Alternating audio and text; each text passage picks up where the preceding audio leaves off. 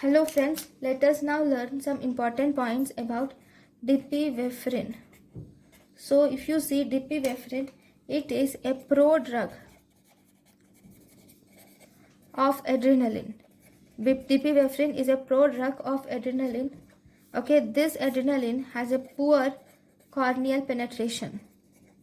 So we won't use adrenaline for eye topical agents, but dipivefrine penetrates cornea, and after penetrating cornea there will be esterases, and with the help of these esterases the dipivefrine gets converted to epinephrine. Okay, this is about the adrenaline. Okay, next, now once it is converted to epinephrine or adrenaline, what happens? It has two actions. Once it activates the beta 2 receptors, and it will increase the hydraulic conductivity of trabecular cells,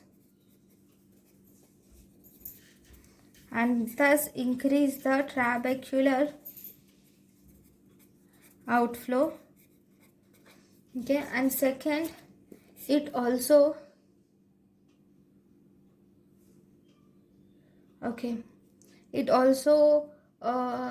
has alpha action.